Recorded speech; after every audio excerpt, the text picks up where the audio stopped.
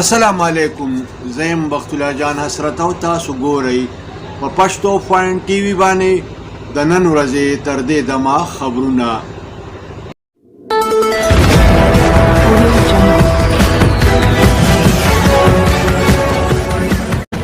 د ټولو اول سر خبرونه.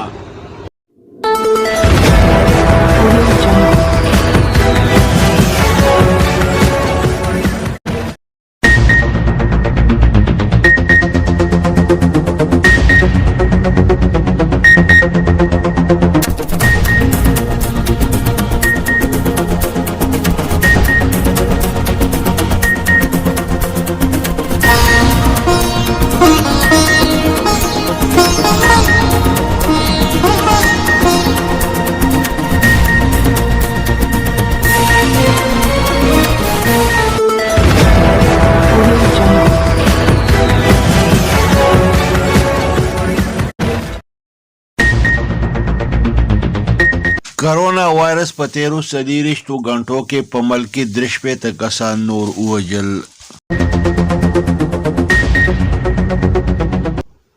وزیر خارجه د چین د سفیر نه د کرونا وایرس ویکسین وصول کړ.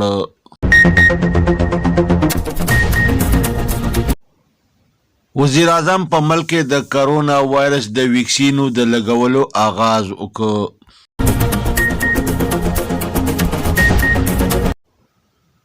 وزیر اعظم عمران خان اپوزیشن ته د استعفا ورکولو پیشکش کړی دی.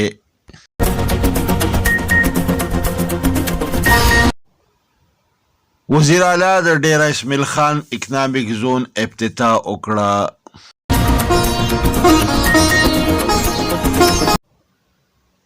مریم نواز ویلي دي چې په استعفاګانو ورکولو باندې هیڅ اختلاف نشته.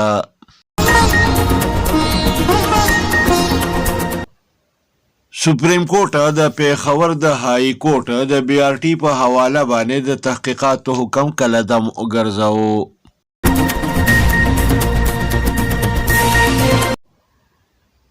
انټي نارکاټکس پوسټ پنجاب په علامه اقبال انټرنیشنل ایرپورټ باندې د یو غیر ملکی نه په لوی مقدار کې منشیات برآمد کړي دي.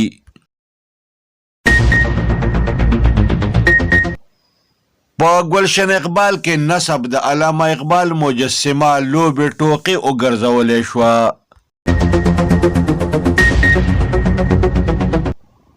په اسلام آباد کې د کشماله طارق د پروتوکول ګاډي یو مهران موټر وهو چې په نتیجه کې 4 کسان مړه شو.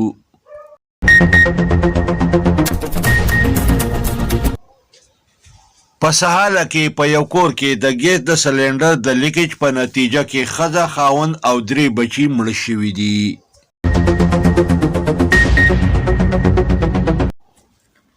د میرانشاه په علاقه کې لیور، ورندار او یو سړی د غیرت په نوم وژلي دي.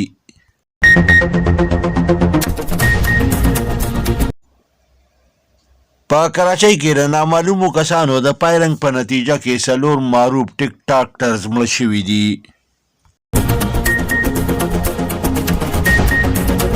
په بھارت کې په غلطۍ سره په ماشومانو باندې د پولیو قطرو په ځای باندې د سینیټایزر قطرې وڅکولې شوې.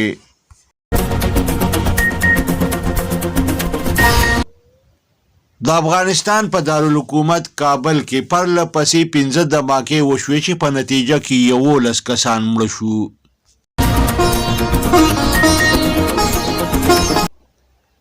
د شام په شمالي علاقه کې پرله پسې د کار 2 دماکې شوي دي.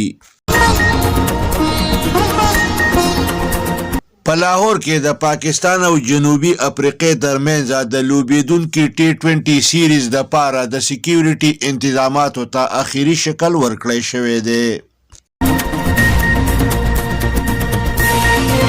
د پاکستان د قومي کرکټ ټیم هیډ کوچ مصباح الحق ویلي دي چې میلمه ټیم به په پینډۍ ټیسټ میچ کې د بدلې اخیستو کوشش کوي. د مبصرینو مطابق د پاکستان د قومي کرکټ ټیم پخوانی کپتان رمیز راجا د محمد حفیظ نه د پخوانی دشمنۍ بدله اخلي.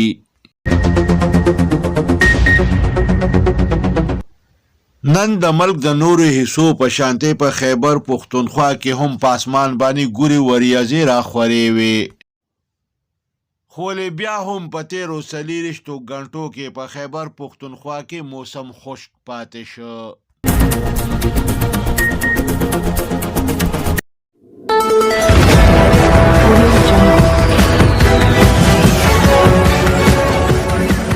او اوس د دې خبرونو تفصیل.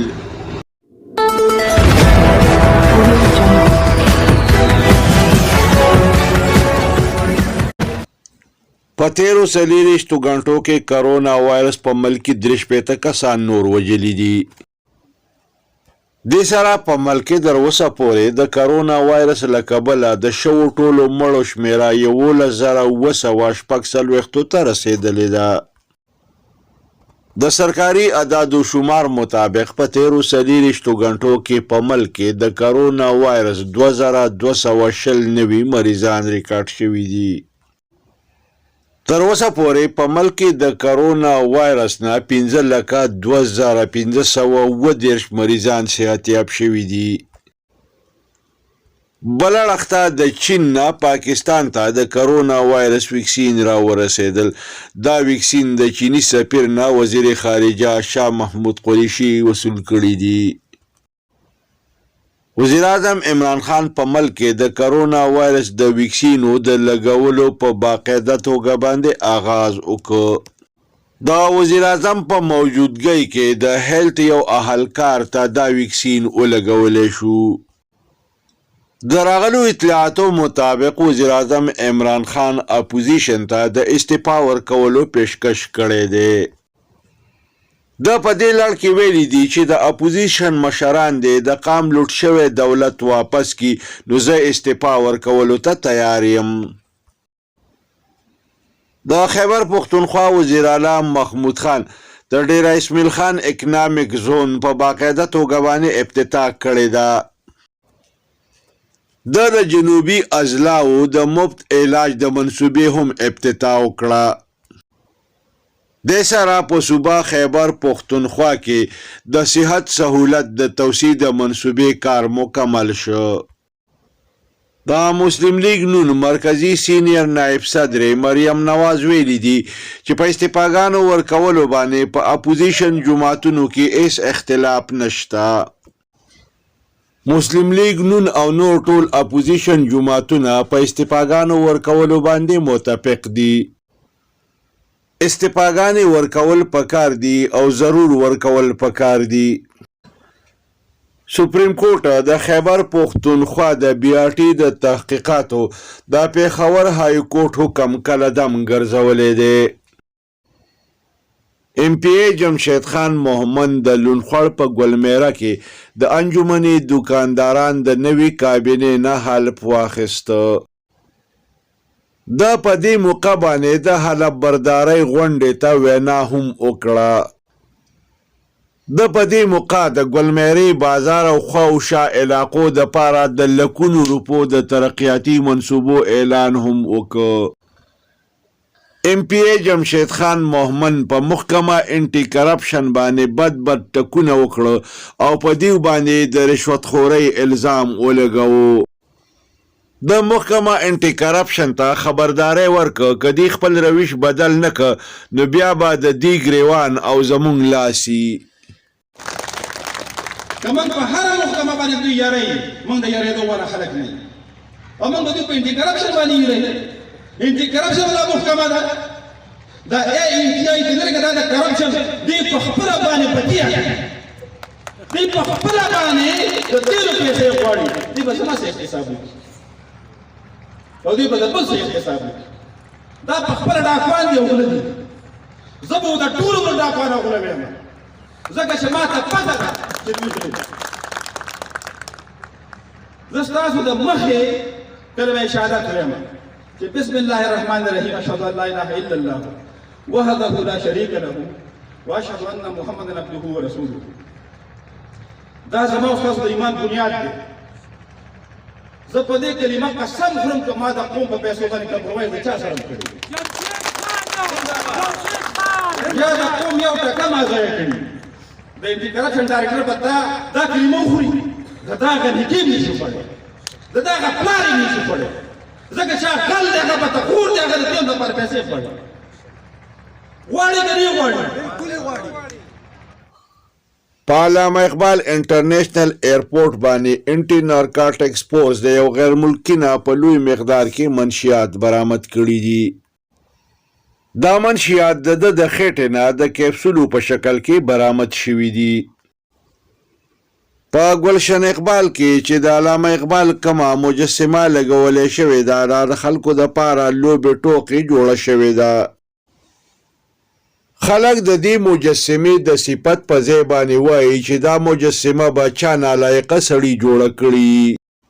د اسلام آباد په G11 سیکټر کې د کشماله طارق د پروتوکول یو گاډي یو مهران موټر په دیکه ووهو چې په نتیجه کې 4 کسان په مقام مړه شو. د سهاله په مقام باندې په یو کور کې د ګیس د سلنډر د لیکیج په نتیجه کې ښځه خاوند او د دې 3 بچي مړه شوي دي. په میرانشاه کې لیور خپل ورندار او د کور نه بهر ولاړ یو سړی د غیرت په نوم وجلی دي. د اطلاعاتو مطابق دا واقعه د میرانشاه په یو لرې پروت کلي کې شوې ده. په کراچۍ کې د انکل سریا هسپتال په مخ کې د نامعلومو کسانو د فایرنګ په نتیجه کې 4 معروف ټیک ټاکټرز مړه شوي دي. پولیس په دې لړ کې تفتیش شروع کړی دی. د راغلو اطلاعاتو مطابق په بھارت کې په غلطۍ سره د پولیو د قطرو د سکولو په ځای باندې ماشومانو ته د لاسو د سینیټایزر قطرې سکولې شوي دي چې په نتیجه کې 12 ماشومان اسپتال ته رسیدلی دي. د افغانستان په دارالحکومت کابل کې پرله پسې 15 دماکې وشوې چې 19 کسان پکې مړه او 9 نور ژوبل شو. د شام په شمالي علاقه کې پرله پسې 2 کار دماکې وشوې په نتیجه کې 14 کسان مړه او نور په ګڼ شمېر کې ژوبل شو.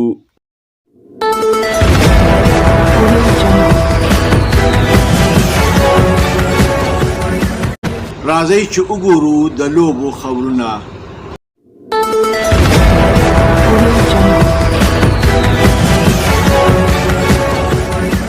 د قومي کرکټ ټیم هیډ کوچ مصباح الحق ویلي دي چې میزبان ټیم ډیر سختجان ټیم دی. د پینډۍ په ټیسټ میچ کې بعد د میزبان ټیم دا کوشش چې د کراچۍ د بیلات بدله واخلي او سیریز برابر کړي.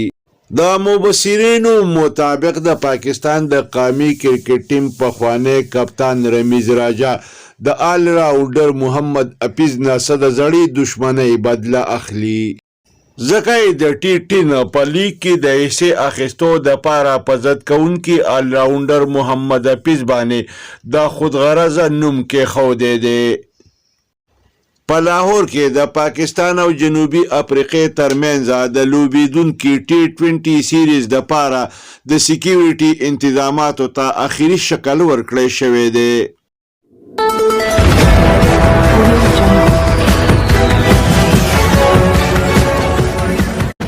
او اوس ګورو د موسم حال.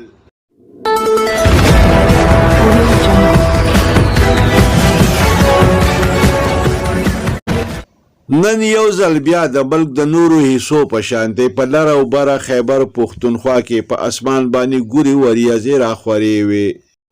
خو بیا هم په تیرو 24 غنټو کې په خیبر پښتونخوا کې موسم خشک پاتې شو. د خیبر پښتونخوا په مختلفو علاقو کې د سوکړې له کبله مختلفو بیمارو د وبا شکل اختیار کړی دی. بل اړخته د زراعت د ماهرینو مطابق دا وخت فصلونو ته هم د باران سخت ضرورت دی.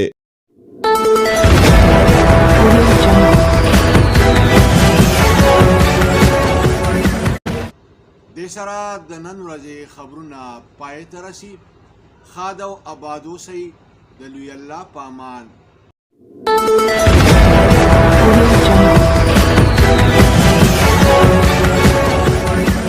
کتونکو پښتو فاین ټي وي سبسکرایب کړئ. د ټلۍ په بټن ګوته کېدئ او دغه رنګې دا خبرونه کتنه د خپل ژوند معمول وګرځوئ.